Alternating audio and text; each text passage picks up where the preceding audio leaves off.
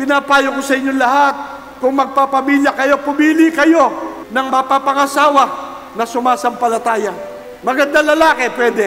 Mabait, pwede. Pero ang isang mahalagang lalo, mananampalataya. Amen? Bakit hindi natin umpisahan sa ating pamilya? Sa inyong magiging pamilya pagdating ng araw. Bakit hindi ninyo sisikapin na idisipulo ang inyong mga anak? Sikapin na ipangaral ang pagkatakot sa Diyos at ang paglilingkod sa Kanya. Mangyayari yung kalooban ng Diyos. From the very beginning of creation. Sa umpisa pa lang, magpakarami kayo at kalatan ninyo ang buong lupa ng lahing maka-Diyos.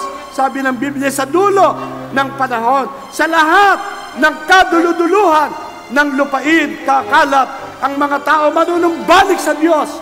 Ang lahat ng sambahayan, mga bansa sa lupa at maglilingkod sa Kanya.